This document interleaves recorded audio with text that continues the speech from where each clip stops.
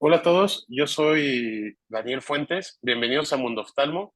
Nuestros invitados del día de hoy son la doctora Alejandra de Alba Campomanes y el doctor Santiago Ruano Valenzuela. Muchas gracias por aceptar la invitación, doctores. Y la doctora Alejandra de Alba Campomanes es profesora de oftalmología y pediatría en la Universidad de California, San Francisco, donde ocupa la cátedra Craig H. Hoyt en oftalmología pediátrica. Obtuvo su título de médico cirujano de la Universidad Nacional Autónoma de México, obteniendo la medalla Gavino Barrera por desempeño académico. Posteriormente obtuvo la maestría en salud pública de la Universidad de Arizona y completó su residencia en oftalmología en la Universidad de California en San Francisco, California, seguida de la subespecialidad en oftalmología pediátrica y estrabismo en el Children's Hospital of Philadelphia. Desde el 2009, la doctora Alba ha sido miembro de la facultad en el Departamento de Oftalmología de la Universidad de California, donde actualmente desempeña como directora académica. Sus actividades clínicas se centran en el manejo de enfermedades oculares pediátricas, incluyendo retinopatía del prematuro, cataratas y ambliopía, así como trastornos de la motilidad ocular y estrabismo de niños y adultos. La investigación de la doctora de Alba se centra en la detección de afecciones oculares pediátricas como retinopatía del prematuro y ambliopía. Aprovecha su experiencia en investigación para adaptar el tratamiento quirúrgico y clínico de cada paciente. Sus actividades de servicio social se centran en aumentar el acceso a la atención oftalmológica pediátrica de alta calidad y en promover actividades para aumentar la diversidad, equidad, inclusión y justicia social en oftalmología. Es miembro ejecutivo del Minority Ophthalmology Mentorship Program de la Academia Americana de Oftalmología. Es subdirectora del Comité de Investigación de la Academia Americana de Oftalmología Pediátrica. Y la doctora de Alba también es cofundadora del Loving Eyes Foundation, una organización sin fines de lucro que aprovecha la tecnología 3D para proporcionar anteojos personalizados gratuitos a niños con anomalías craniofaciales. En el 2020, la doctora de Alba recibió el premio Unsung Heroes de la Academia Americana de Oftalmología. Doctora de Alba, muchas gracias por estar con nosotros. Y el doctor Santiago Ruano Valenzuela es profesor de oftalmología pediátrica y estrabismo en el Centro de Ciencias de Winnipeg, Manitoba, Canadá. Obtuvo el título de medicina en la Escuela de Medicina del Instituto Tecnológico y Estudios Superiores de Monterrey. Posteriormente hizo una maestría en investigación en el Instituto Nacional de Cancerología, realizó la especialidad de oftalmología en el Instituto Nacional de Rehabilitación. Cursó una maestría en ciencias con mención en salud global en el Instituto de Karolinska en Suecia y posteriormente realizó un fellowship en estrabismo en el Instituto Conde de Valenciana. Luego, un fellowship de oftalmopediatría y estrabismo en UT Southwestern Dallas, Texas, y otro de oftalmopediatría y estrabismo en la Universidad de Manitoba. Ha participado en diferentes foros, tanto nacionales como internacionales, así como también ha realizado diferentes publicaciones. Doctor Santiago, bienvenido, buenas noches. Muchas gracias por aceptar la invitación. Muchas gracias. Muchas gracias por la invitación.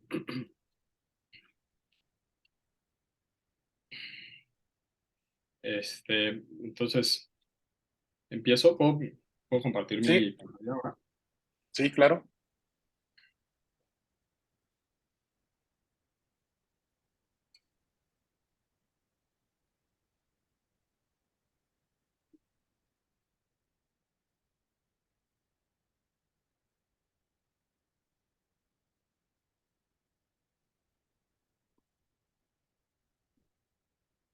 Ok. Bueno, ¿qué tal? Buenas tardes. Gracias por la invitación. Escogí este tema porque siento que es un tema que todos hemos batallado con él. Siempre hemos tenido pacientes que son pacientes difíciles de diagnosticar. Una, porque pues tienen una edad en donde los pacientes no son fáciles de examinar. Y dos, porque el nistagmo puede tener una presentación muy variada.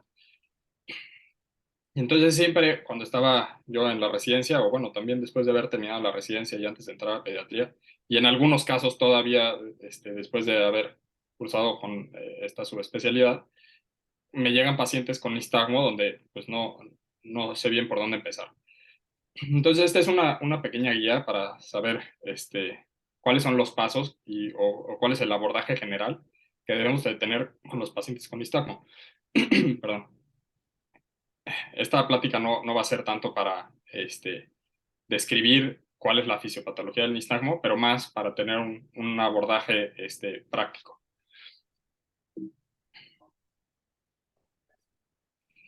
Entonces, en cuanto al abordaje general del nistagmo, pues primero lo que tenemos que saber es si los movimientos que estamos observando son movimientos consistentes con nistagmo, ¿no?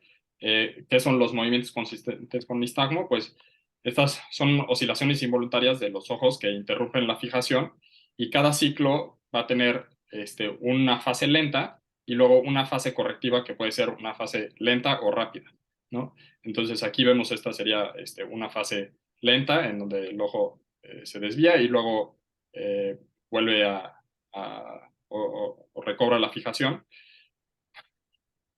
mediante un movimiento rápido. Y en esta imagen vemos como es una desviación lenta y luego recupera la fijación con un movimiento lento también. Entonces esta diferencia va a ser entre un nistagmo con movimiento sacádico o con movimiento pendular, ¿no? Entonces todos estos deben de tener esas dos fases, una fase lenta y una fase de recuperar la fijación, ya sea rápida o lenta, ¿no? Si no tiene estos movimientos y no es continuo y no tiene este ciclo, pues entonces tal vez lo podemos llamar como otro movimiento que no es nistagmo o un movimiento nistagmoideo. Estos movimientos incluyen las intrusiones sacádicas, que pueden tener una fase rápida sin fase lenta y pueden ser uni o multidireccionales, ¿no? Un claro ejemplo sería el oxoclonus, que se puede ver en el neuroblastoma, o el flóter ocular voluntario en algunas personas que voluntariamente pueden hacer mover los ojos de una forma que hiciera parecer al nistagmo. Y lo que se conoce en inglés como roving eye movements o movimientos oculares errantes, generalmente son lentos, son movimientos conjugados y no oscilatorios, y estos están asociados a un mal comportamiento visual, o sea, es decir, que el comportamiento del paciente hiciera parecer que la visión no es muy buena, ¿no? Como pues no agarrar las cosas que se le presentan enfrente o pobre seguimiento de la mirada y están asociados a discapacidad visual cortical o retraso de la maduración visual. También se puede ver en pacientes adultos que están en coma o que tienen pobre agudeza visual. También podemos ver estos movimientos que pues no, en realidad no son un movimiento de nistagmo, pero pues tienen movimientos eh, que no están asociados a nada más.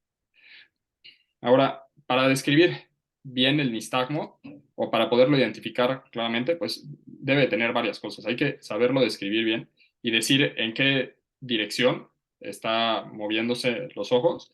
Y este puede ser una dirección horizontal, vertical o torsional. Entonces, vertical es lado a lado, en el eje horizontal, perdón, horizontal es el eje lado a lado en el eje horizontal o de derecha a izquierda, vertical es arriba o abajo y torsional puede ser en sentido horario y antihorario, ¿no? Hay que recordar que el torsional es desde la perspectiva del paciente, así que el sentido horario sería si la parte superior del ojo gira primero hacia la derecha y luego al piso, y no en sentido horario desde la perspectiva del observador.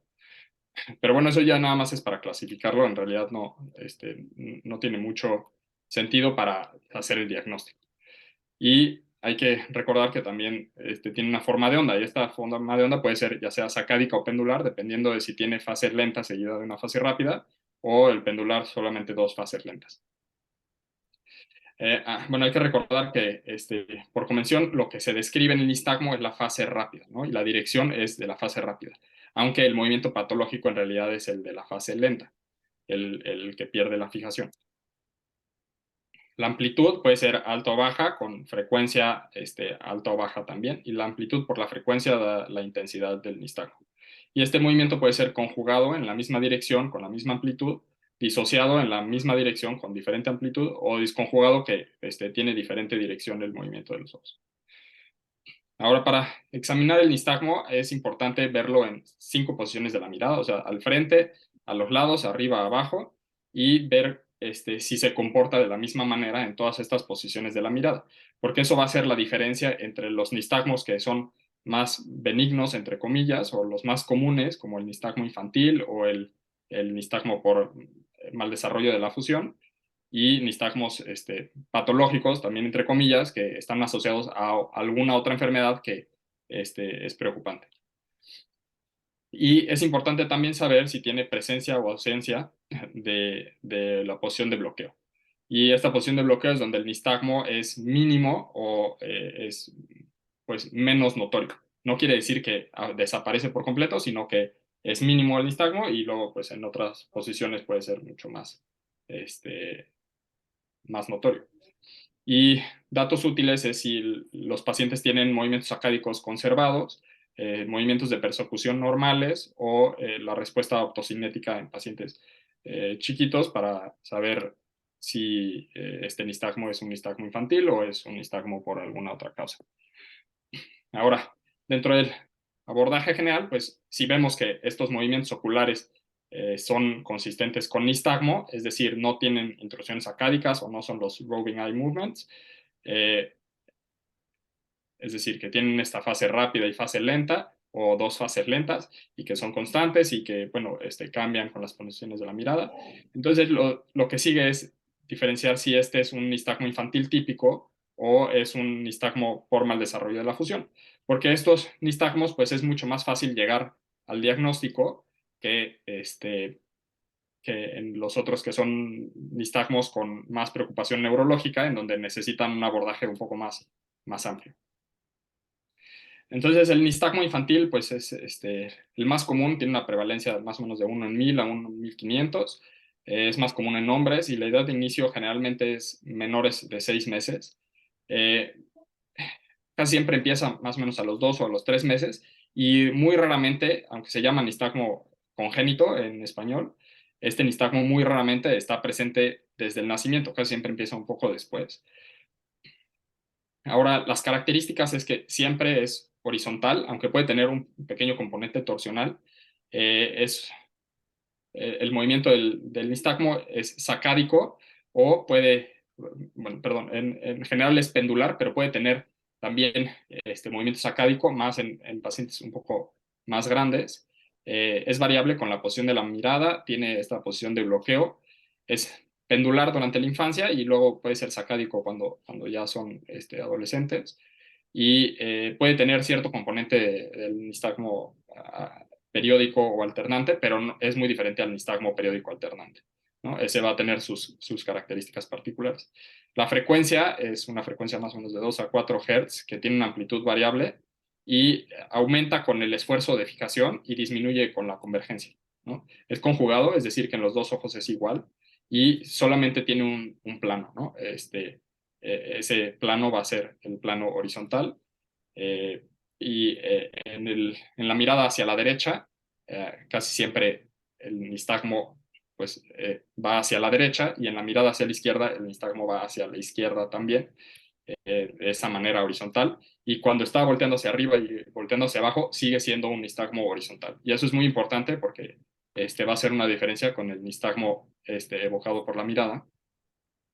Comúnmente va a tener una posición de bloqueo que es notoria con la posición compensadora de la cabeza y no tiene un componente latente y tampoco tiene oscilopsia, ¿no? Entonces, este nistagmo infantil, además de pues, todas estas características, tiene clásicamente inversión del reflejo optocinético y eso quiere decir que la fase rápida del nistagmo va en el mismo sentido del estímulo optocinético y también tiene inversión del seguimiento en donde la fase lenta iniciada se inicia en la dirección opuesta al estímulo. Entonces, si tú estás moviendo un objeto, ese nistagmo también, su fase lenta va a ir en dirección opuesta del movimiento del estímulo que le estamos presentando al paciente,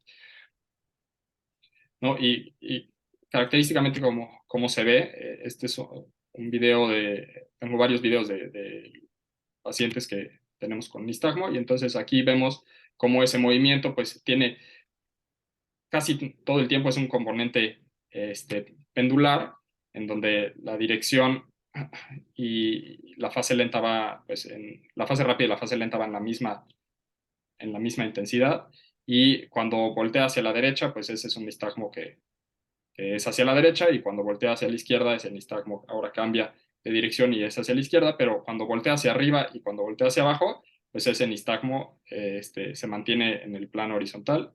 Entonces, nada más repito aquí esa parte del video, vemos como hacia arriba sigue estando en el plano horizontal y como durante la convergencia, pues ese nistagmo disminuye en amplitud, es menos notorio.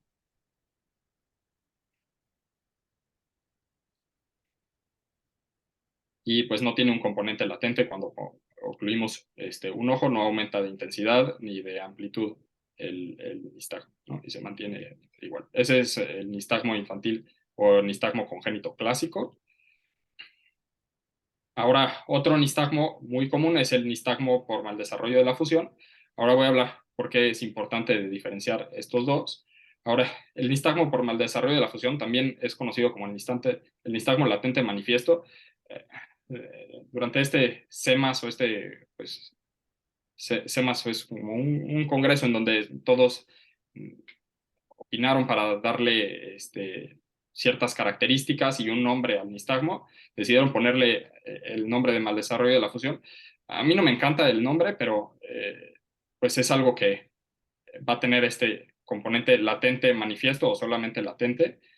Tiene todas las características muy similares con el nistagmo infantil, pero además está asociado a una disrupción de la binocularidad que generalmente se encuentra en la endotropia infantil o la endotropia congénita en pacientes con ametropía, ambliopía, trisomía 21 y además de las mismas características que tiene con el nistagmo infantil, tiene un componente latente que siempre está presente y por lo general no tiene posición de bloqueo.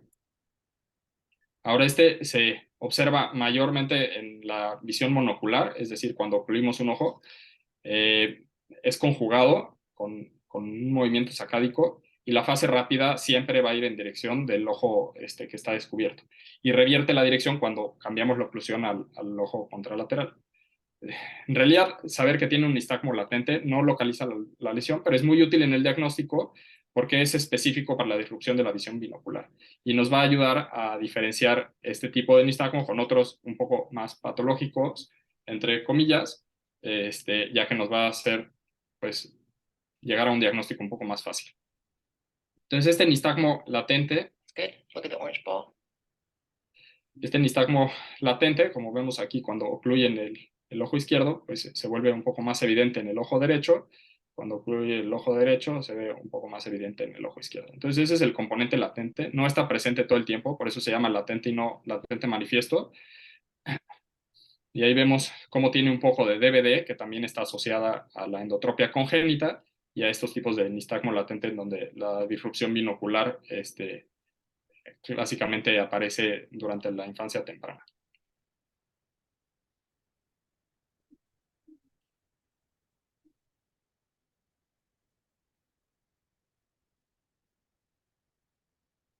Ahora, ya sabiendo si este nistagmo cae en alguna de esas dos categorías, si sí es un nistagmo infantil típico o un nistagmo por mal desarrollo de la fusión, entonces debemos de saber si tiene una etiología identificable. O sea, ¿es un nistagmo infantil o un nistagmo por mal desarrollo de la fusión secundario a qué? Y si no tiene una etiología identificable, pues va a ser un nistagmo idiopático.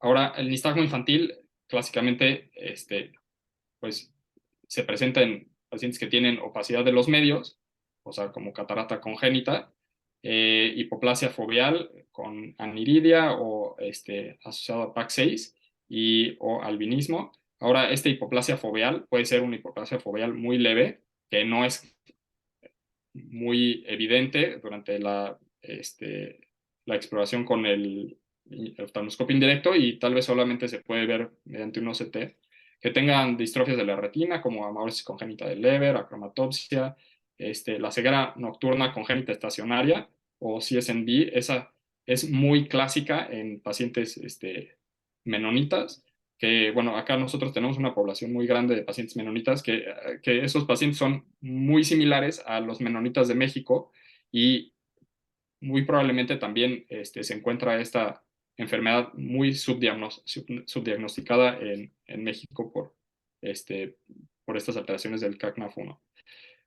Toxoplasmosis congénita, ahora desórdenes del nervio óptico como hipoplasia del nervio óptico, atrofia óptica, aquiasmia o en muy pocos casos puede estar al X por una mutación del FRMD7 y puede ser idiopática, ¿no? Ahora, dicho esto, muy raramente un glioma del nervio óptico puede causar un nistagmo que asemeje el nistagmo congénito o en pacientes con espasmo nutans. ¿Cuál es el abordaje de los pacientes que tienen nistagmo, ya sea nistagmo infantil o por mal desarrollo de la fusión? Pues uno es una historia completa que tenga datos sugestivos de nistagmo latente manifiesto. El pedigrí, si hay otros miembros de la familia, pues tal vez estos pueden estar asociados al X.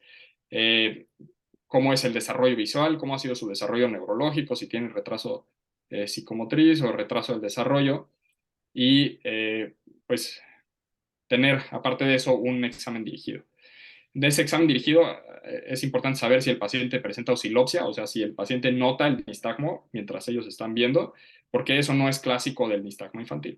Todos los pacientes que tienen oscilopsia pues tienen que tener un abordaje para buscar la causa de la oscilopsia. Y en el examen dirigido, ¿cuál es la agudeza visual? Si tienen ambliopía o no tienen ambliopía.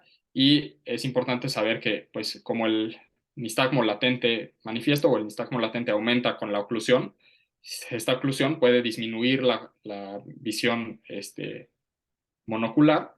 Entonces se puede usar ya sea un lente de +4 o un lente de +10 para intentar solamente hacer la imagen borrosa y no ocluir por completo el ojo para aumentar el nistagmo. ¿Cuál es la apariencia general? Si tiene alguna alteración neurológica y cuál es la pigmentación en general del iris o de la mácula. El segmento anterior está claro o no, tiene transiluminación del iris, como en estos casos, que esto no es la transiluminación clásica de aniridia, pero bueno, sí se puede ver en pacientes que tienen aniridia, transiluminación del iris, y cómo está la fobia. ¿Tienen hipoplasia de la fobia o hipoplasia del nervio óptico? Hipoplasia del nervio óptico es, desde ahora les digo, es algo bastante común, pero también subdiagnosticado. En los nervios ópticos que son un poco chiquitos, tal vez el nervio óptico en esa porción se ve normal, pero detrás, detrás del disco, ese nervio se puede ver mucho más pequeño, tal vez en una resonancia magnética. Y si existe alguna preocupación neurológica después de la exploración clínica, pues, perdón, si no tiene preocupación neurológica, casi siempre decidimos pedir un electroretinograma primero, porque generalmente encontramos un diagnóstico en el 50% de los casos con el electroretinograma. Y si vemos que tiene algún déficit neurológico o nos preocupa por alguna otra causa dentro del interrogatorio o dentro de la exploración, pues pedimos la imagen por resonancia magnética primero. La verdad, aquí lo que hago yo es pido los dos al principio y si podemos hacer el electroretinograma bien, a veces es difícil hacerlo en niños más pequeños, por lo menos en mi centro, y preferimos hacer la resonancia si son pacientes pues muy pequeños, ¿no? Digamos de 6 meses o de 8 meses, 10 meses o algo que nos preocupe. Ahora el OCT de la mácula es muy útil en pacientes que tienen hipoplasia, que cooperan para poder hacer un OCT, que tienen hipoplasia grados 1 y 2, en donde esta hipoplasia no es muy evidente y no es una hipoplasia total de la mácula, pero se alcanza a ver cómo esta depresión foveal no es completa y todavía conserva alguna de las capas internas de la retina en la depresión foveal o en la fobia. Y potenciales visuales evocados multicanal si sospechamos de albinismo.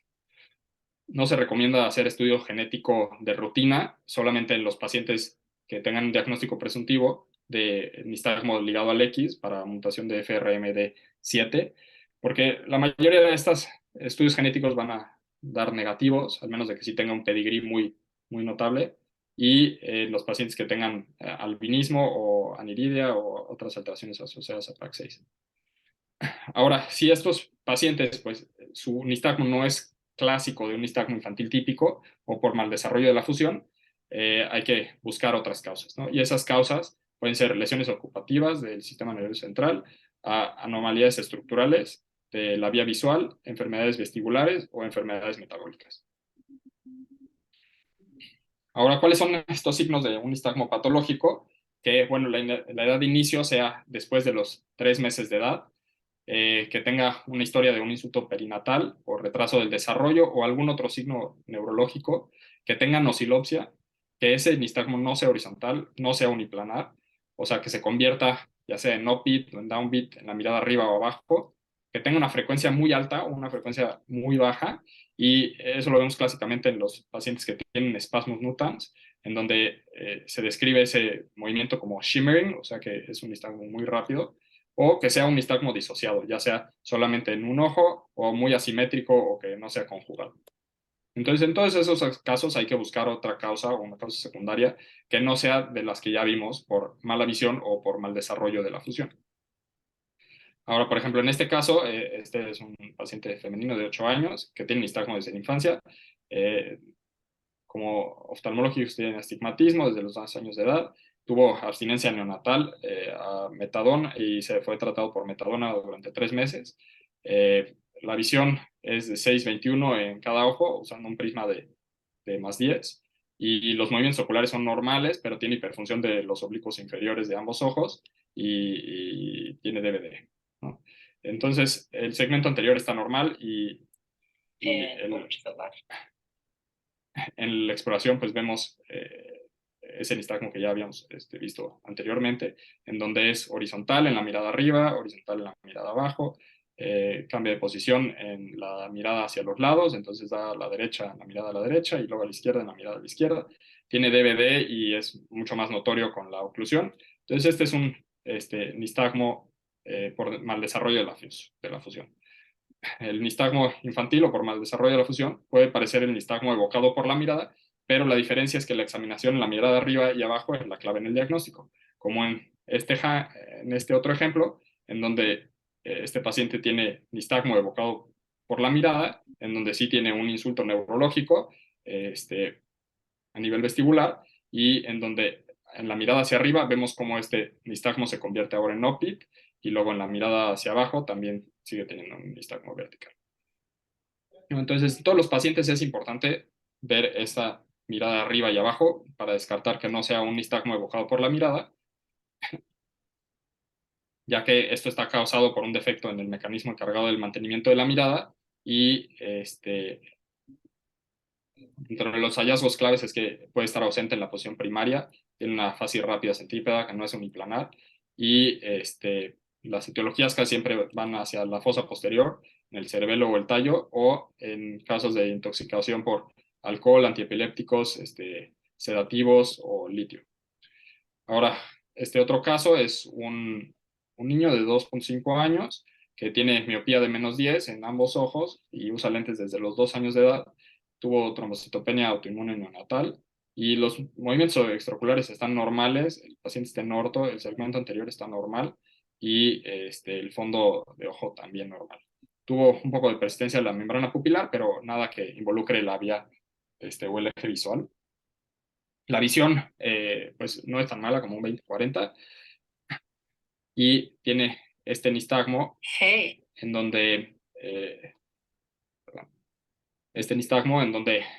lo vemos con los lentes, tiene esta posición compensadora de la cabeza que gira ligeramente la cabeza, y luego cuando le presentamos un objeto para ver, tiene este movimiento que ahí no está diciendo que no, sino es ese movimiento de head bobbing, en lo que le llaman en la literatura, y ese movimiento es bastante clásico para un tipo de nistagmo en específico.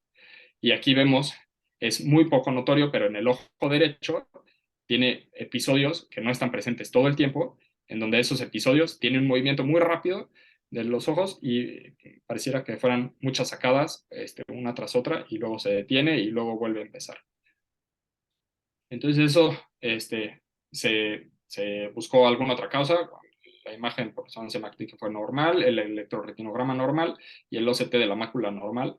Esto son características muy clásicas para un espasmos nutans, ¿no? En este caso, con una miopía alta, en el diagnóstico diferencial también hay que incluir distrofias de la retina, principalmente en la población menonita, que frecuentemente se encuentran asociadas mutaciones del CACNAF1F para ceguera nocturna estacionaria congénita. Ahora, el espasmo nutan tiene esa triada clásica en donde tienen pues el head bobbing, que es el movimiento compensadora de la cabeza, tortícolis, y la edad de inicio casi siempre es menores de 2 años y empieza a mejorar a partir de los 3 a 4 años. Es idiopático, benigno y generalmente autolimitante, pero raramente puede ser el dato inusual de un glioma de la vía visual. Entonces a estos pacientes sí hay que hacerles imagen. Tiene esta baja amplitud pero muy alta frecuencia y es muy variable de segundos a minutos. Puede tener casi nada de nistagmo y luego tener ese movimiento muy rápido, que es conjugado asimétrico y muy clásicamente puede ser monocular. Ahora, existen muchos otros tipos de nistagmo. No me quise meter mucho en los demás de ellos. Tengo aquí todavía otros como 50 videos, pero nada más tenemos 20 minutos. Y quisiera dejarles estos mensajes para llevar a casa, ¿no? La examinación y el reconocimiento de los patrones nos ayuda a diferenciar si este nistagmo puede ser un nistagmo infantil o congénito, como se conoce en México, que es ya sea infantil o por mal desarrollo de la fusión, de otras formas de nistagmo neurológico. Si encontramos un paciente con nistagmo infantil o por mal desarrollo de la fusión, hay que intentar buscar la causa ya sea del mal desarrollo de la fusión, o si es infantil, pues ver que no tenga alguna otra cosa como hipoplasia de la fobia, o en los pacientes con albinismo ocular, que no clásicamente tienen solamente, o sea, no siempre parecen como fenotípicamente como albinos, sino que pueden tener solamente la hipoplasia foveal. Y si sabemos que la causa del nistagmo pues, es esto, que explica la mala visual, pues ahí acaba el abordaje de estos pacientes, ¿no? Y aproximadamente en un 50% de los nistagmos infantiles se va a encontrar una causa. El OCT y el electroretinograma son de gran ayuda si el paciente se puede o coopera para estos procedimientos, y si no, resonancia magnética en los casos atípicos que tengan preocupación neurológica. Ahora otros estudios son los estudios genéticos y los potenciales visuales evocados multicanal, solamente indicados si el pedigrí o el examen físico lo amerita, ¿no? Y ya como último, bueno, yo estoy aquí en Winnipeg, en Canadá. No estoy tan arriba, pero sí es de las ciudades más frías de Canadá y está más o menos aquí, muy cerca de la frontera con Estados Unidos. Esta es una imagen que es casi desde mi casa, bueno, nada más tengo que caminar unos 5 minutos, pero esta es la ciudad de Winnipeg. Tampoco es una ciudad tan chiquita, vemos una población más o menos como de 3 millones de habitantes con los territorios aledaños, y nada más. Y muchas gracias también a mis colegas que me permitieron el uso de algunos de los videos.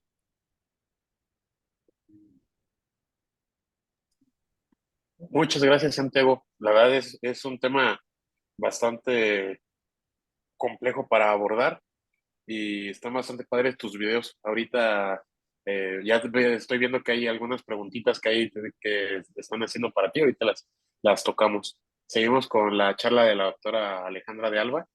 Alejandra, es su foro.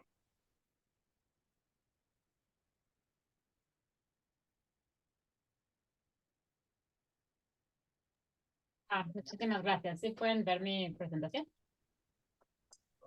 Sí, Ok, perfecto, gracias. Pues muchísimas gracias por la invitación de estar con ustedes esta noche. Yo soy Alejandra de Alba y bueno, ya llevo varios años aquí en San Francisco y hoy me han invitado a hablar de programas de salud visual o tamizaje visual, como se les ha designado. Vamos a hablar de qué significa exactamente, a qué nos referimos cuando hablamos de estos programas de tamizaje visual, por qué es importante la detección de ambliopía, la detección temprana de ambliopía y sus factores de riesgo, y los programas y técnicas que podemos utilizar para implementar estos programas de detección. ¿Cuál sería su impacto? Y otras consideraciones prácticas, así como si da tiempo un poco algunas barreras y controversias de lo que ya estábamos hablando un poquito antes de empezar hoy. Parece un tema simple, pero realmente sí existen varias barreras y controversias. Entonces, ¿cuáles son los objetivos de un tamizaje, un programa de tamizaje? ¿Cuáles son las recomendaciones? Bueno, cualquier programa de tamizaje el objetivo es la identificación temprana de condiciones para las cuales existen intervenciones terapéuticas cuya aplicación oportuna va a conducir a ya sea la eliminación o reducción de la mortalidad, morbilidad o en este caso lo que estamos hablando son las discapacidades asociadas. Entonces están justificados su implementación cuando se utilizan procedimientos que ya están validados, que son accesibles para la mayor parte de la población a la que se dirige, que que es técnicamente viable o que la tecnología está al momento se puede utilizar y son económicamente factibles. Es decir, tienen un claro beneficio para el paciente, para su familia y para la sociedad en general. Entonces, el objetivo de estos programas en cuanto nos refiere a nosotros es reducir o eliminar en lo mayor posible la discapacidad visual infantil evitable. En sí, se puede hacer tres categorías de programas de salud visual infantil o programas de tamizaje. El de la retinopatía del prematuro, de la cual no voy a hablar mucho hoy, pero es uno de mis temas favoritos, en donde existen criterios de selección muy bien establecidos, es altamente eficaz, pero de difícil implementación. El tamiz visual neonatal, que habla de cómo implementarlo a nivel de primario, de atención primaria con el reflejo rojo, o algunos argumentan que es mejor un examen ocular con pupila dilatada por un oftalmólogo especializado o por medio de fotografía de fondo de ojo. Y ya después los programas de detección temprana de ambliopía y error refractivo. Es importante aclarar aquí que la Organización Panamericana de la Salud solo habla en sus planes de acción para la prevención de la ceguera y las deficiencias visuales del programa de ROT y el programa de detección de ambliopía. En muchos países, sin embargo, sí hay recomendaciones en cuanto a hacer un tamiz visual neonatal, pero las recomendaciones o son vagas o son distintas y vamos a ver por qué. Pero en donde yo trabajo, en Estados Unidos, la Academia Americana de Pediatría recomienda el reflejo rojo como la prueba de tamiz neonatal más importante que debe hacerse cuando los niños, antes de salir del hospital, y muy importantemente recalcar que también se tiene que seguir haciendo, no es solo una vez, sino que se tiene que seguir haciendo aunado a otros procedimientos de detección de patología ocular en cada visita de atención primaria, es decir, lo que nosotros le decimos well child check o las visitas de rutina a los pediatras.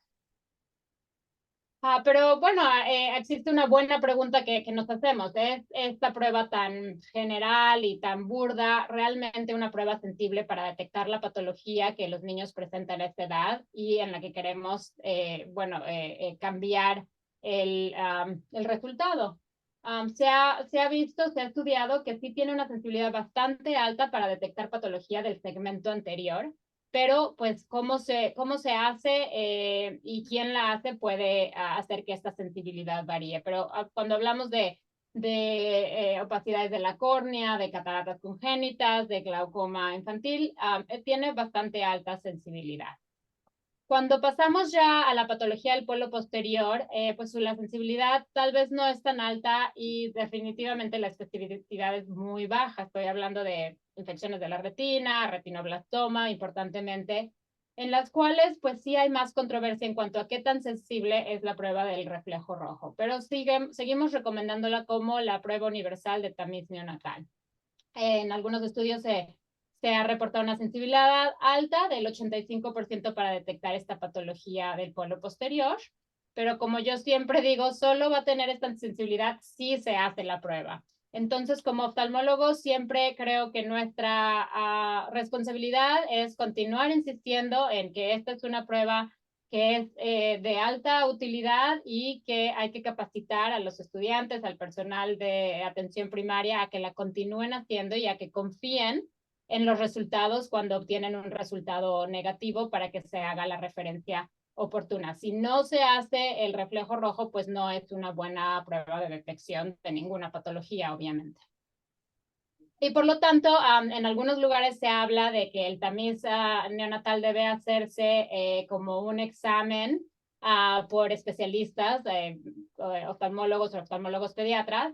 Y en algunos lugares, como en México, se ha recomendado hacerlo, es un examen único que se debe hacer durante el primer mes de vida.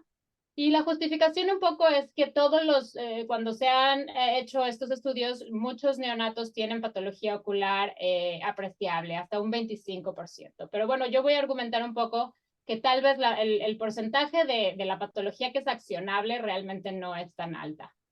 Aquí también podemos hablar entonces que se puede empezar a aplicar la teleoftalmología con las distintas instrumentos que tenemos de fotografía de fondo de ojo y un poquito aplicar lo que hemos aprendido de Rob para hacer esto un tamizaje más accesible. Pero no hemos realmente probado que tengan un costo-beneficio y me preocupa a mí un poco la falsa seguridad de hacer un examen y pues mucha de esta patología, como muchas de las patologías pediátricas, evolucionan con el tiempo, entonces dar como una cartilla blanca al mes de vida y luego pretender que no va a haber un riesgo después de este primer examen puede dar una falsa seguridad a los pacientes y a los médicos primarios. Entonces es muy importante que continuar el mensaje que un tamiz neonatal no es una cosa y ya no se sigue, sino que tiene que realmente seguirse haciendo a cada visita con el pediatra, aunque hayan tenido ya un examen normal por un especialista o un reflejo rojo normal, etcétera. Y un poco lo que le decía es que estos estudios que han hablado de la alta incidencia de patología neonatal cuando se han hecho los exámenes de fondo de ojo, pues hablan de 25-30%, pero realmente se refieren mucho a estas hemorragias retinianas que vemos, que podríamos argumentar que son hallazgos transitorios normales, como ustedes saben, que son asociados al parto y que desaparecen muchas veces sin secuelas a la segunda semana de vida, y entonces esto es lo que nos hace que nos infle mucho la incidencia de las que favorecen este tipo de tamizaje neonatal. Pero si vemos la otra patología que en mi opinión es más accionable, realmente la incidencia disminuye alrededor del 1%. Claro que también sí he visto pacientes como este niño que vi a los 6 días con una hemorragias retinianas muy importantes asociadas al parto, pero también porque este bebé nació con trombocitopenia y tuvo un parto distóxico, que pues tal vez si no hubiéramos hecho este examen de fondo de ojo no hubiéramos percatado de las hemorragias maculares importantes que a lo largo del seguimiento que le he dado comprobamos que sí dio lugar a una anisometropía muy importante que condujo a ambliopía y a estrabismo que, bueno, podríamos haber tratado, aunque el tratamiento no ha sido fácil, pero estábamos conscientes de que existía esta patología ocular porque hicimos un examen de fondo de ojo dirigido que no hubiera sido posible o detectar con solo una prueba del reflejo rojo. Sin embargo, el argumento sigue ahí de si esto es costo, el beneficio existe con los costos y pues todavía creemos que los costos comparados con el acceso universal a la prueba de reflejo rojo no se justifican, pero hay que seguir investigando formas de hacer este tipo de estudio más accesible. Claro que la perspectiva de salud pública para estos programas de tamizaje es muy importante porque en lugares con recursos limitados, como lo es Estados Unidos, las brechas de acceso y de equidad en salud van a determinar pues, qué programas de tamizaje son factibles y cuáles no. Aquí muestro un estudio reciente que publicaron en donde muestran que el 90% de los condados en Estados Unidos no tienen acceso a un oftalmólogo pediatra. Entonces, pues cuando estamos hablando de que todos los niños tengan determinado acceso, pues tenemos que tener el enfoque de salud pública de qué es feasible y qué es factible y cuáles son los costos de estos programas. Entonces, pasando ya a ambliopía, como todos ustedes saben, es una alteración de la vía neuronal durante la etapa del desarrollo visual que puede conducir a una pérdida permanente de la visión y es generada por una experiencia visual anormal durante el periodo crítico de desarrollo de la visión. Y por eso es una condición muy susceptible a los programas de tamiz, porque tiene un periodo crítico en el cual podemos incidir y cambiar los resultados de esta patología. Entonces, es la causa principal de pérdida de visión monocular en niños y la causa más común de incapacidad visual unilateral en personas de menores de 60 años. Es un problema de salud pública. 75% de las consultas oftalmológicas pediátricas son causadas por ambliopía y sabemos que los programas de detección temprana disminuyen la prevalencia de ambliopía años después. Es una enfermedad que sigue todos los lineamientos de un buen tamizaje porque es prevenible o reversible, pero para esto el tratamiento debe realizarse de forma temprana. Hasta un 90% de los niños de ambliopía pueden ser tratados si el tratamiento empieza antes de los 3 años de edad, pero es prácticamente intratable si se detecta después de los 10 años de edad. Y esto ha demostrado con con varios estudios de PIDIC que muestran que realmente la ganancia en agudeza visual cuando se detecta en formas más tardías es mucho menor. Y algo muy impactante que me gusta mostrar es que no es solo una patología de niños. Cuando se ha estudiado, se ha visto que la falla en el tratamiento de la ambliopía incrementa el riesgo de incapacidad visual bilateral a lo largo de la vida. Entonces, después de los 70 años, los pacientes que tuvieron una ambliopía que no fue tratada efectivamente tienen de 2 a 4 veces más riesgo que la población en general de tener pérdida visual binocular. Puede ser por secundario trauma del otro ojo o secundario a otra enfermedad del ojo sano, pero es un riesgo realmente pues desproporcionado para estos pacientes que a lo largo de su vida han perdido la visión secundaria a la ambliopía. Cuando hablamos de estos programas, sí es muy importante tener en cuenta que los programas pueden estar dirigidos a detectar ambliopía, es decir, la detección directa de la disminución en la agudeza visual de los pacientes que van a requerir un tratamiento inmediato, y contrastarlo con los programas que detectan factores de riesgo para ambliopía. Es decir, estamos hablando otra vez desde el enfoque de la salud pública de prevención primaria y prevención secundaria o terciaria. Entonces, la prevención primaria va a detectar antes de que ocurra la ambliopía porque estamos buscando los factores de riesgo como ciertos errores refractivos, estrabismo, etcétera. Y la prevención secundaria, cuando ya está establecida la ambliopía, ya hay una disminución de la agudeza visual y el tratamiento puede iniciar. Y ya la prevención terciaria, que es realmente enfocada nada más a prevenir la pérdida de la visión binocular.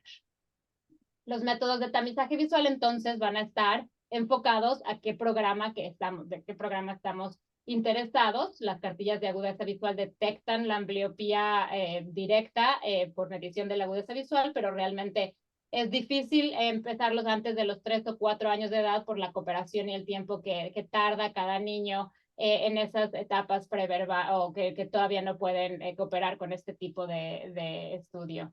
Y el tamizaje instrumentado, en donde utilizamos autorrefractores o fotorrefractores, que realmente son muy rápidos, no requieren la cooperación del niño, pero nos van a detectar los factores de riesgo y no nos dicen realmente nada de la función visual del niño, nada más de los factores de riesgo.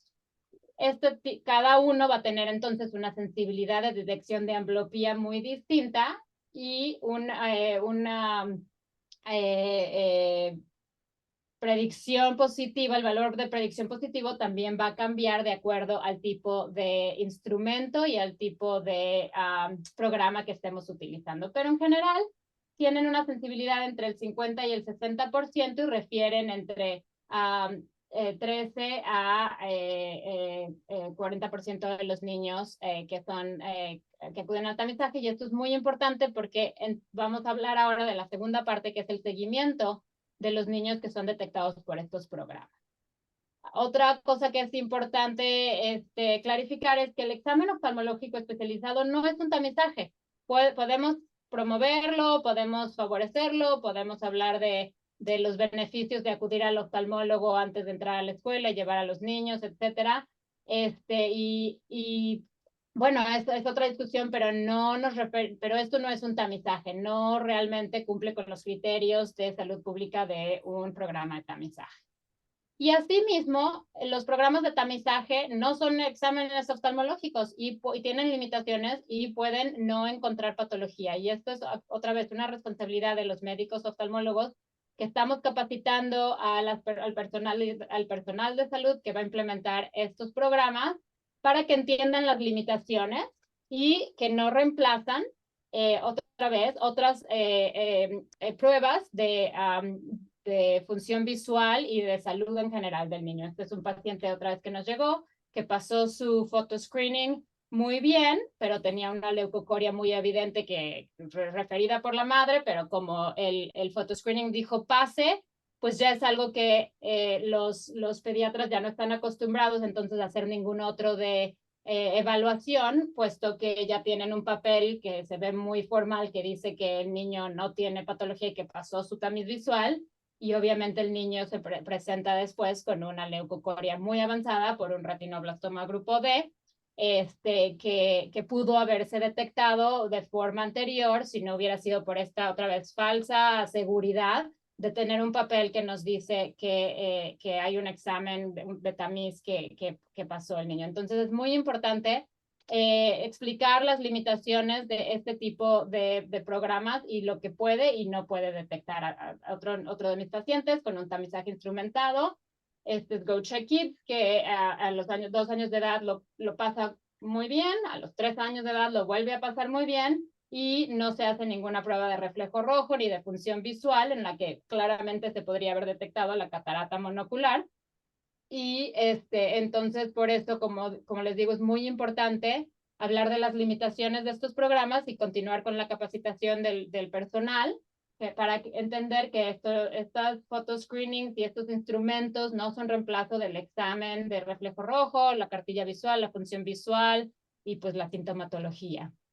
Pero aquí hemos colaborado con la Asociación Americana de Oftalmología Pediátrica para actualizar los lineamientos de cuáles son los factores de riesgo que vamos a reconocer que pueden conllevar a la ambliopía. Y pues nada más recalcar que estos no están basados en evidencia o en estudios epidemiológicos, sino que más bien son resultado de un consenso y por lo tanto deben ser valorados y generalizables a las poblaciones de las que vienen y cada población tiene que estar bien informada de cuáles son los riesgos. Siempre va a haber mayor prevalencia de los factores de riesgo y va a haber una proporción de niños que tengan los factores de riesgo pero que no desarrollen ambliopía. En México no hay muchos estudios, pero se ha reportado que la prevalencia de ambliopía es más o menos del 6 o 7%, lo cual es alta, pero puede haber sesgo de selección en estos estudios. Y entonces es importante conocer estas prevalencias de los factores de riesgo, de cada uno de los factores de riesgo para adaptar nuestros programas para que sean eficientes y eficaces. Nosotros hicimos un estudio aquí en el área de la Bahía, en donde vimos que si conocemos la incidencia de hipermetropía y estigmatismo y el costo de seguimiento, podemos cambiar los umbrales efectivos de referencia, en este caso de un autorrefractómetro, para aumentar la efectividad de nuestros programas de tamizaje. Otro de los estudios que hicimos es con la plataforma del teléfono móvil, Go Check Kids, que detecta error refractivo que puede conducir a ambliopía para educar a los que estaban implementando este tipo de programa en el área pediátrica, de cuáles son las limitaciones y también pues si teníamos la capacidad para la sobrereferencia de los pacientes que estaban siendo tamizados de forma muy temprana. Y lo que aprendimos también es que, bueno, no todos los pacientes tienen este seguimiento y los programas de tamizajes no acaban cuando se detecta el problema, sino tenemos que cerrar el ASA de seguimiento y hasta un 40 o 50 de los pacientes pues no continúa con eso. Entonces, tratábamos de hacer un programa en donde cerrábamos el ASA y hicimos unas clínicas especiales en donde damos mayor acceso para que los pacientes puedan acudir de inmediato a completar ahora sí su examen oftalmológico y pues que realmente entonces sí tenga de frutos este tamizaje temprano. Y también tenemos otro programa en el que va una camioneta con optometristas a las escuelas cuando se hace el tamizaje en las escuelas, para que también disminuyéramos las barreras de acceso a esos pacientes. ¿Y qué aprendimos? Pues muchas cosas aprendimos. Una de las más importantes es que no necesariamente llevar la montaña, ahora sí, mejora el seguimiento de los pacientes después de que no pasan su tamizaje y que hay que seguir aprendiendo y recolectando datos de nuestra implementación para ver cómo podemos mejorarla. En este caso, aprendimos que ir los viernes era una pérdida de tiempo porque no iban a haber muchos de los niños que necesitaban tener su examen y que entre mayor lapso entre el tamizaje que había ocurrido y el seguimiento que se daba, entre mayor el lapso, menos probabilidad de que ese niño completara su examen oftalmológico. Entonces seguimos adaptando nuestros programas conforme vamos aprendiendo Y uno de los problemas que seguimos enfrentando es no solo ese seguimiento, sino una vez que se empieza el tratamiento. Entonces, en estos últimos minutos voy a hablar un poco de estas implicaciones. Sabemos que además de ambliopía vamos a poder detectar error refractivo que pues ayuda al aprendizaje, y ahora pues con los nuevos métodos de control de progresión de miopía pues también es algo que queremos detectar de forma temprana. No sé si va a haber tiempo, pero bueno, todos no les tengo que convencer que para aprender bien tenemos que ver bien, así se llama el programa en México y tiene mucho sentido, porque se ha demostrado que los escolares de bajos ingresos, en este estudio en particular, con error de refracción, tienen un peor rendimiento académico futuro y que les va peor en todas las pruebas académicas y de alfabetización temprana. Entonces esto contribuye a esta brecha tan importante académica que vemos, y nosotros también lo estudiamos aquí en el área de la Bahía con los niños preescolares, en donde vimos que aquellos niños que no pasaban su tamizaje inicial tenían peores notas en todos los aspectos, no solo los dirigidos por la mirada, pero en todas las áreas de desarrollo infantil y estimulación temprana, tenían peores calificaciones que los niños que pasaban su tamizaje de forma inicial. Entonces, bueno, se sabe que estos programas de tamizaje son muy efectivos, que detectan esta patología que puede ser tratada, pero se ha cuestionado si, bueno, una vez que damos los anteojos, que es una de las formas principales de tratamiento, si los niños continúan realmente utilizándolos o no. En México se han hecho varios estudios que dicen que 13 a 20% de los niños realmente continúa utilizando los anteojos cuando son el resultado de estos programas de tamizaje.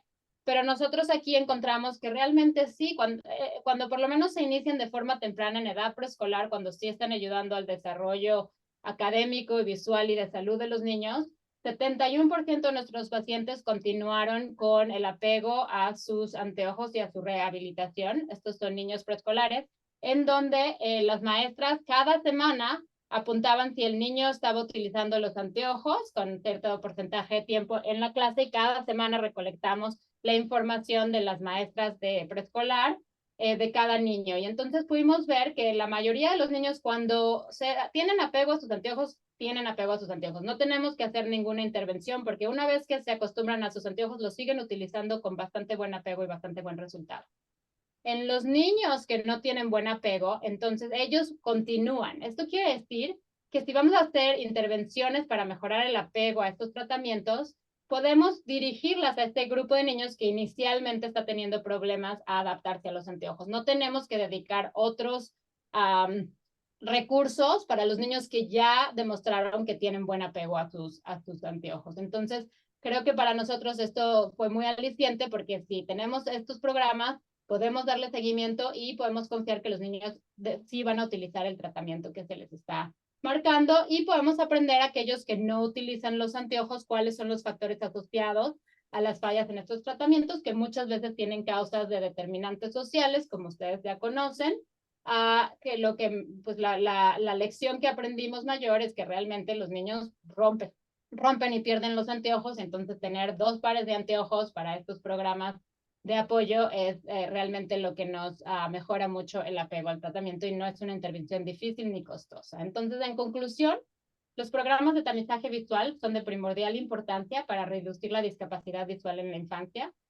El tamizaje visual es implementable, pero no acaba con la detección del problema, sino que requiere un modelo que pueda seguir a aquellos niños identificados con abnormalidades, y que continúe monitorizando, evaluando y adaptando el programa a la población de interés. Es importante entender y dar a conocer, y que todos estemos en la misma página en cuanto a las aplicaciones, pero también a las limitaciones de cada programa y de cada instrumento.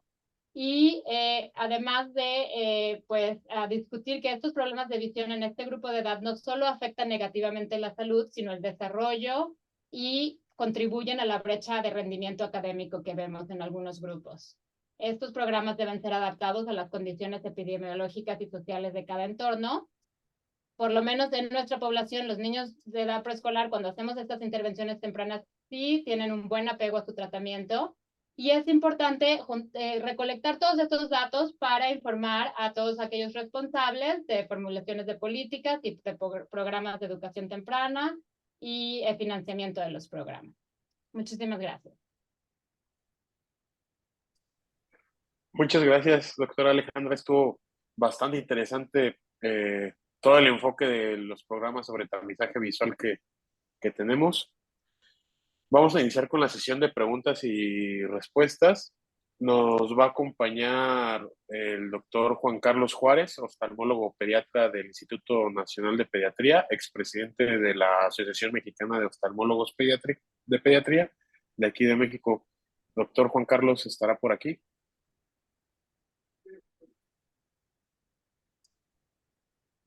Sí, ¿me escuchan? Buenas noches. Claro, ¿Me doctor, lo escuchan? escuchamos. Excelentes pláticas. Felicidades, Alejandra, Santiago. Excelentes.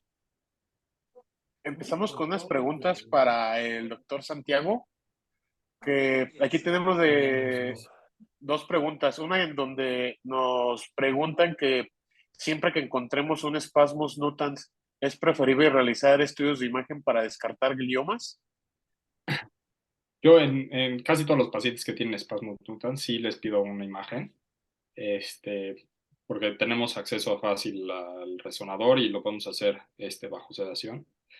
Y sí, porque casi todos estos pacientes van a tener un nistagmo que es asimétrico, que no es conjugado, que sí clásicamente tiene este head bobbing y, y, y el shimming, o sea, la mayoría de ellos van a ser benignos, pero sí existe una proporción, aunque sea pequeña, de pacientes que van a tener alteración en la vía visual. Entonces, sí, yo sí lo pido de rutina. Y para el tratamiento en cuestión de técnicas quirúrgicas, preguntan qué técnica quirúrgica utiliza para el nistagmo. Pues ahí es muy variable. En general depende de si tienen posición de bloqueo, cuánto es el giro de la cabeza que tienen dependiendo de esa posición de bloqueo. Casi siempre vamos por la técnica de Kestenbaum-Anderson, o nada más como el Anderson, una retroinserción grande o sea, solamente usar la retroinserción sin usar la restricción. Pero pues va a depender mucho de pues qué tanto tiene esa posición de bloqueo. Ahora, en los pacientes que tienen nistagmo infantil, también es bien sabido que el hacer alguna de estas técnicas también aumenta el campo de fusión en donde la posición de bloqueo está disminuida. Entonces, si esa posición de bloqueo solamente está presente en, pues no sé, en un rango de grados, esa posición de bloqueos después de la cirugía sí aumenta ligeramente y puede tener pues una posición un poco más cómoda. Pero bueno, lo que pasa aquí es que nuestro tipo de práctica es un poco diferente a como va en México y el sistema está sobresaturado aún más que en México. Entonces, sí intentamos como darle prioridad a los pacientes que tienen pues un giro de la cabeza muy importante o que esa posición de la cabeza sí está limitando su estilo de vida.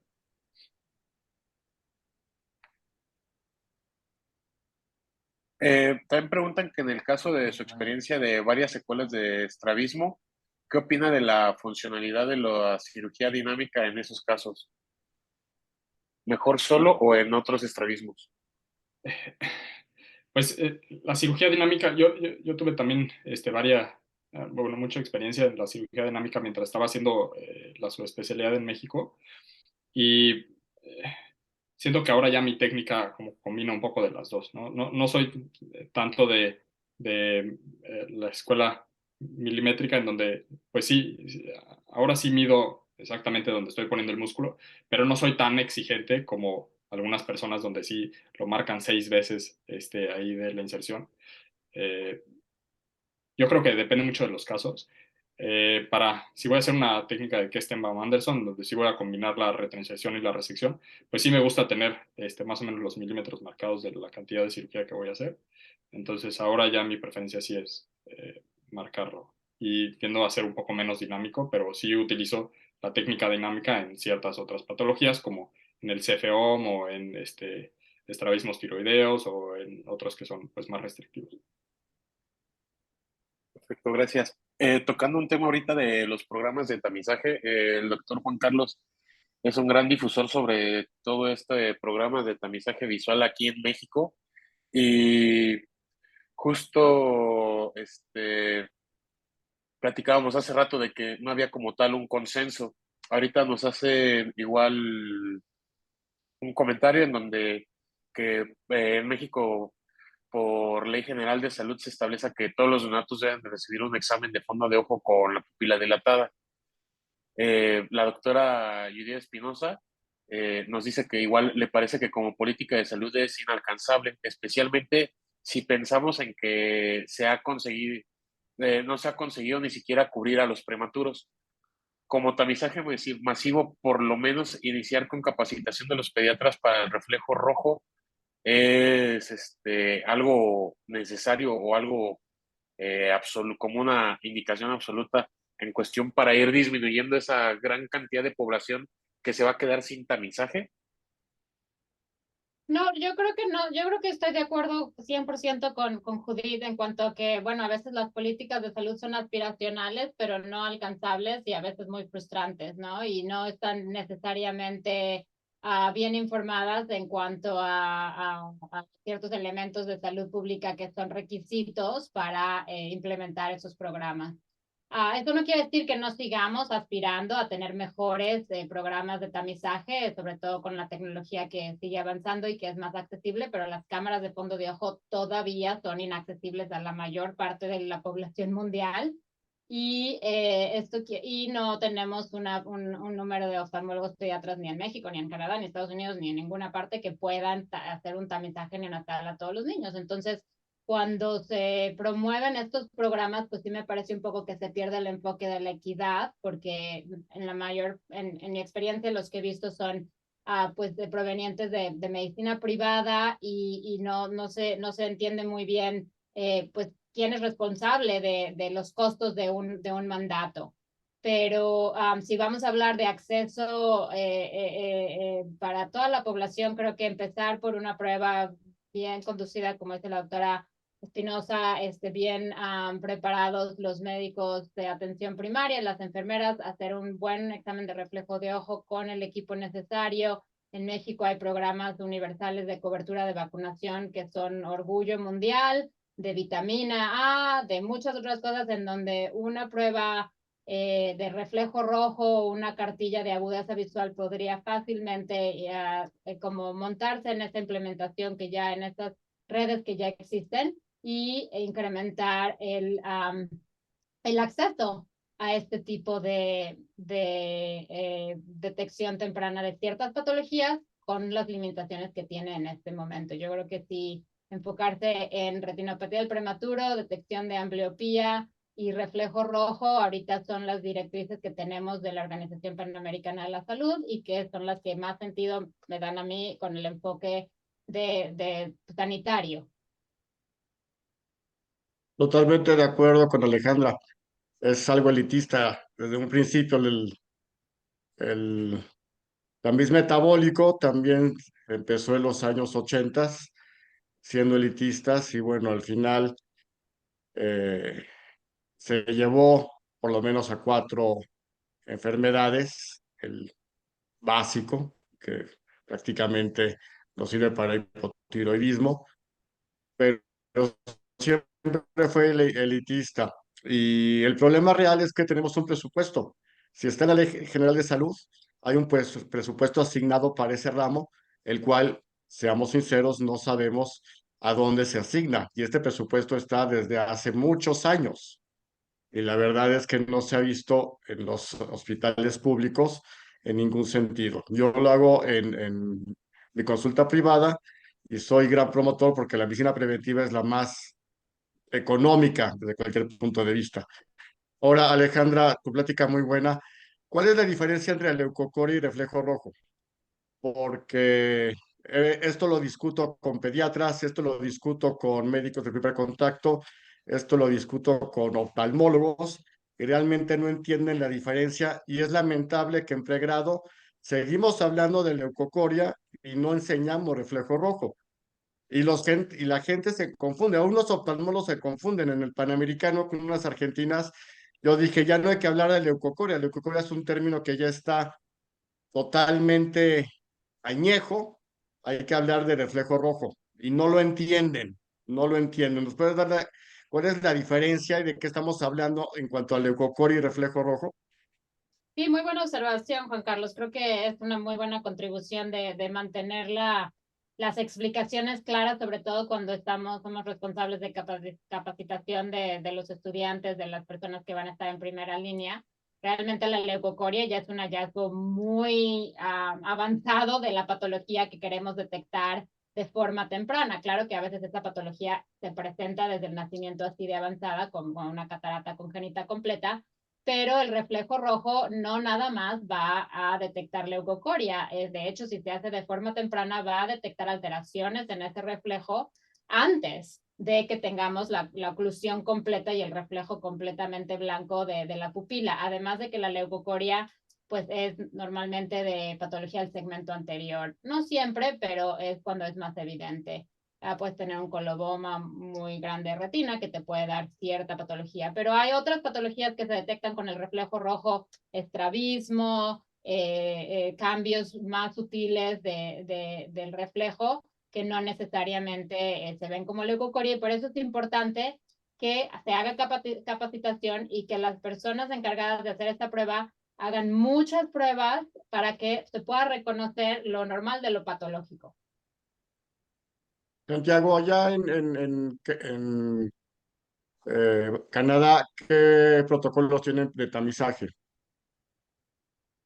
Aquí es nada más el reflejo rojo, pero sí les puedo decir que de todas las cataratas congénitas que he visto, todas han tenido reflejo rojo normal. Entonces, sí creo que el reflejo rojo, pues, este, es algo difícil de que personal que no tiene el entrenamiento lo vea, ¿no? Y entonces se le pasa a los pediatras, se les pasa a los médicos generales, se le pasa a todos. Y yo creo que uno de los cambios que podrían hacer para hacer esto más efectivo es de plano cambiar todos los oftalmoscopios directos que tienen todos los pediatras y todos los médicos generales, esos tirarlos y darles un retinoscopio que es mucho más fácil para ver el reflejo rojo que un oftalmoscopio directo. Y de todas formas no lo usan para ver el fondo, pues mejor nada más usar un retinoscopio para ver un buen reflejo rojo en todos los pacientes.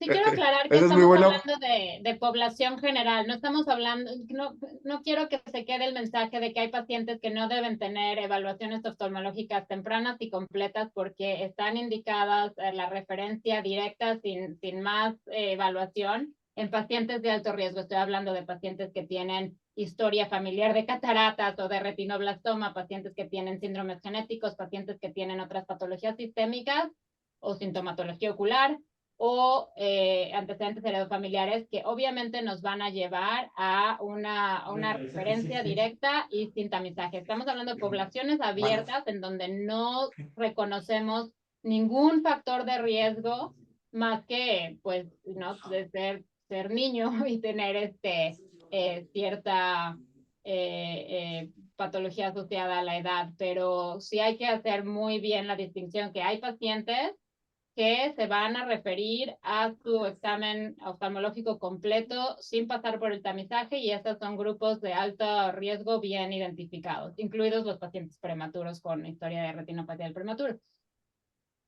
En Estados Unidos o en Canadá, a los equipos de salud hablamos de enfermeras, optometristas, ¿se les enseña a hacer reflejo rojo o no?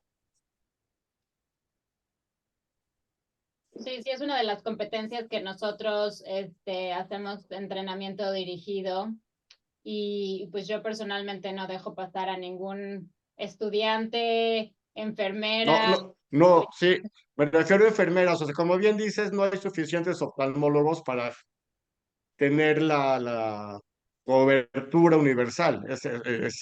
En ningún mundo, ¿no? Tal vez con la inteligencia artificial en un futuro, tomando una foto, hay aplicaciones para pediatras en el smartphone que se toma perfectamente, te da la oscuridad que debe de tener para tomar un buen reflejo, y eso en un futuro Está posiblemente sea basado en lo el más reflejo útil. rojo, no en Claro, una... el NDI o el ojo blanco te dan perfecto, bueno, una sensibilidad aceptable, digámoslo así, y en un futuro la inteligencia artificial va a ser el que resuelva esto. En Canadá, Santiago, las enfermeras están autorizadas para hacer reflejo rojo, Sí, o aquí los o sea, también optometristas. es parte de las competencias pues de todos los que sean, ya sea las enfermeras que hacen general practitioners o perdón, las enfermeras que son nurse practitioners o los médicos generales o los pediatras, todos están entrenados para el reflejo rojo, pero pues este reflejo rojo la verdad es que a veces es muy difícil de ver en pacientes recién nacidos que tienen una No, recién pupila. nacidos no se puede. No, recién nacidos es imposible. Yo no estoy de acuerdo con aquí lo hacemos en recién nacidos y las enfermeras neonatales saben abrir los ojos hasta usar el blefarostato que tenemos en los cuneros y hay algunas técnicas, no es fácil, pero por eso también hablamos de la repetición en cada visita. Pero yo creo que el reflejo rojo se puede hacer, digo, no al primer día de nacido, pero sí antes de salir del hospital y aquí lo hacemos en todos los neonatos antes de salir del hospital y luego en todas sus, o debería hacerse en todos los visitas al pediatra subsecuentes. Yo también creo que sí se puede ver, pero sí creo que es muy difícil verlo en la OSIN cuando el oftalmoscopio directo pues luego no enfoca exactamente o sea, no tiene una iluminación coaxial o está dañado o está roto. La verdad es que ya en el mundo real sí es difícil verlo para una persona que no tiene el entrenamiento de verlo en una pupila que no está dilatada en un... Lo que pasa es que si no lo ven, aquí sí nos llaman. O sea, si no tiene reflejo rojo o no alcanzan a ver el reflejo rojo, pues nos mandan la consulta directo. Pero sí puedo decir que veo, pues todas las semanas veo cataratas congénitas de pacientes que decían que el reflejo rojo estaba normal y tienen PHPD, tienen una placa posterior. O sea, sí creo que es un método de diagnóstico que es difícil de hacer con el oftalmoscopio directo y sí creo que pues, un retinoscopio en realidad cambiaría mucho las cosas. Y sobre todo para detectar bien la calidad de ese reflejo rojo, porque lo principal que vamos a encontrar va a ser que va a estar un poco disminuido ese reflejo rojo y va a ser a lo mejor un error refractivo que el bebé va a tener y a veces por generar ese reflejo rojo y como que sí lo vi, no lo vi, se puede pasar y de ahí pues se va la evolución natural de la enfermedad que vamos a llegar a ambliopías que después van a ser lo que nos estaba hablando, doctora Alejandra. O una lagaña, o sea, la lagaña también se puede ver como una catarata, ¿no? Sí. Pues sí. Bueno, pues creo que se generó una buena sesión de preguntas y respuestas, estuvo bastante enriquecedora. Nos pasamos un poquito del tiempo. No sé si alguien quiera dar algún mensaje final. Yo nomás agradecerles a Alejandra y a Santiago, obviamente, el estar disponibles en horarios medio raros y a Juan Carlos, pues también ya es noche y está ya debe estar disfrutando en su casa, así es que gracias por ser buen coordinador, Juan Carlos, y generar las preguntas. Y a ti, Dani, como siempre, y a todos los que asistieron a la sesión. Como siempre, un placer. Excelentes pláticas. Felicidades allá. Nos Gracias por vemos la pronto. invitación. Muchísimas Gracias a gracias, buenas todos. noches. Hasta luego, buenas noches. Hasta luego.